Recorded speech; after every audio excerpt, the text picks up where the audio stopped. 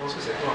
L'exemple du berger qui est en train de faire paître son bétail. À la fin du hadith, on compare le berger qui est en train de faire paître son bétail avec un enclos qui les entoure et qui représente les commandements d'Allah qu'on ne doit pas dépasser. C'est pas toi, donc c'est très important. En tout cas, il y a quelqu'un qui a rappelé ça par donc c'est quand Allah et en fait, non, c'est pas toi, c'était comment on appelle Oussam. C'est lui qui avait parlé de ça. Donc, le prophète donnait l'exemple des limitations que Allah a donné. Et il a donné l'exemple d'un berger qui est dans un enclos avec son bétail, et tu n'as pas le droit de dépasser cette limite-là. Donc, à l'intérieur de l'enclos, tu es libre de faire tout ce que tu veux. À l'extérieur, tu n'es pas libre. Et c'est comme ça dans tous les domaines de la vie. On ne peut pas se voiler la face et se dire que c'est différent. Impossible, c'est toujours comme ça. Oui, en fait, tu viens de... Pour moi, c'est que Dieu nous a donné la liberté, mais pour moi, je vais dire que nous, alhamdulillah, Dieu ne nous a pas donné la liberté de tout faire.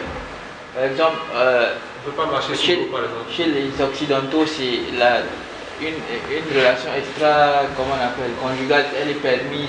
Il y a beaucoup de choses. Mais nous, en islam, malgré que les gens le font, mais nous, on a cette crainte, donc c'est ça que je veux dire à Oustaz, qu'on n'a pas vraiment... Nous, on n'a pas vraiment la liberté de faire tout ce qu'on veut, malgré que Dieu nous a tout donné. Et je ne sais pas si vous me comprenez en fait. Mais vous savez, je pense, j'ai compris que c'est intéressé, il parle de la limitation, voilà, la limitation. Parce que nous, musulmans, par exemple, on ne va pas faire aller, par exemple, vous êtes marié, ou bien halal ou bien haram. Ça, c'est le problème qu'il nous poser. On ne peut pas passer quelque chose qui est haram, faire n'importe comment dans la vie. On est musulmans, on est limité dans certains aspects, comme voilà, boire le vin. Ce truc-là, on est limité. Mais alors, les autres qui sont musulmans, ils ont cette liberté-là. De voir, d'écouter ce qu'ils veulent, dans les discothèques, tout ça. C'est ça qui est par cette liberté-là. Allah nous a donné lorsqu'il nous donne des ordres, c'est pour notre bien. C'est pour, lorsque nous sentons des limites, ce sont des limites qui, après les limites, il y a la fossée. Lorsqu'il y a des restrictions, c'est pour ne pas tomber dans le pétrin, dans la fossée. Alors, vous êtes libre de faire ce que vous voulez pendant que vous êtes en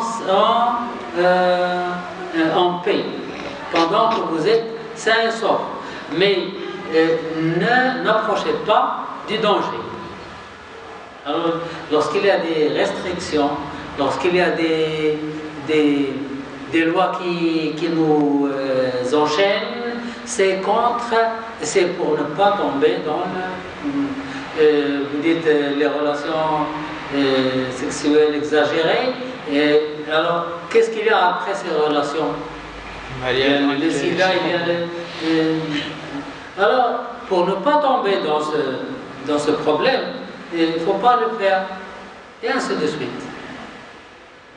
Je reviens toujours à ce cas que tu as évoqué. Il y a des gens dans cette vie qui choisissent de s'interdire les mêmes choses que les musulmans s'interdisent, sans pour autant être des musulmans. Alors eux, qu'est-ce que tu vas dire dans leur cas?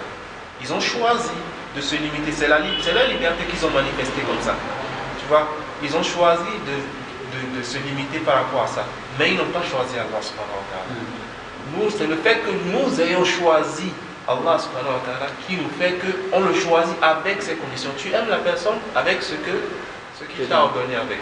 Donc il ne faut pas voir ça sous une forme de limitation, mais sous une forme de restriction. Mais c'est un peu comme...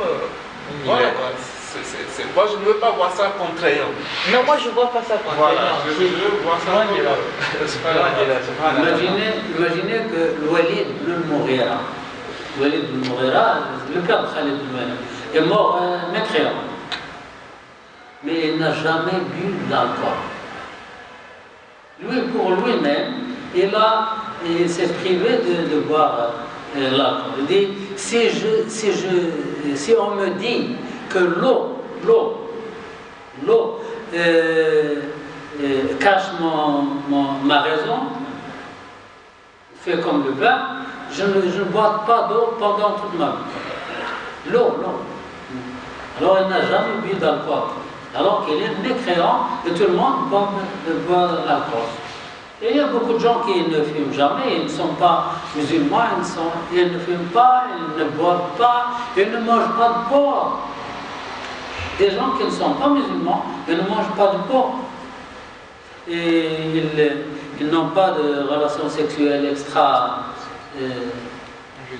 Par l'éthique de Trump, Donald Trump, tu ne bois pas de l'alcool depuis. Tu ne bois pas de l'alcool, par exemple. Par l'éthique. Trump? Oui. Non, mais c'est ce qu'ils ont dit. Donc, imagine-toi. Il interdit aussi les relations gays et tout ça. Fumer, tout ça, il s'est interdit ça depuis l'enfance. Il y a des gens qui interdisent l'alcool pour des raisons de santé, d'autres l'interdisent pour des raisons sociales. Oui.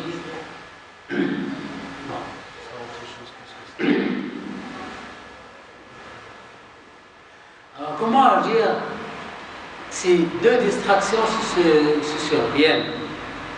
On oublie combien de rak'a on fait, on oublie le tashahhud premier, on oublie d'autres choses, et ainsi de suite. Qu'est-ce qu'on doit faire? Il suffit d'accomplir deux prosternations. Si on a plus d'une distraction, 2, 3 plus, on fait deux prosternations. Mais si on effectue, on fait 2 rak'ahs, puis on dit combien de rak'ahs j'ai fait? 2 ou 3. On fait 3 rak'ahs. On fait combien de 2 ou 3? Bon, c'est 2. Et puis le troisième, combien? 2 ou 3? C'est 2. Et on le refait plusieurs fois. Si on le fait plusieurs fois, on arrête et on recommence.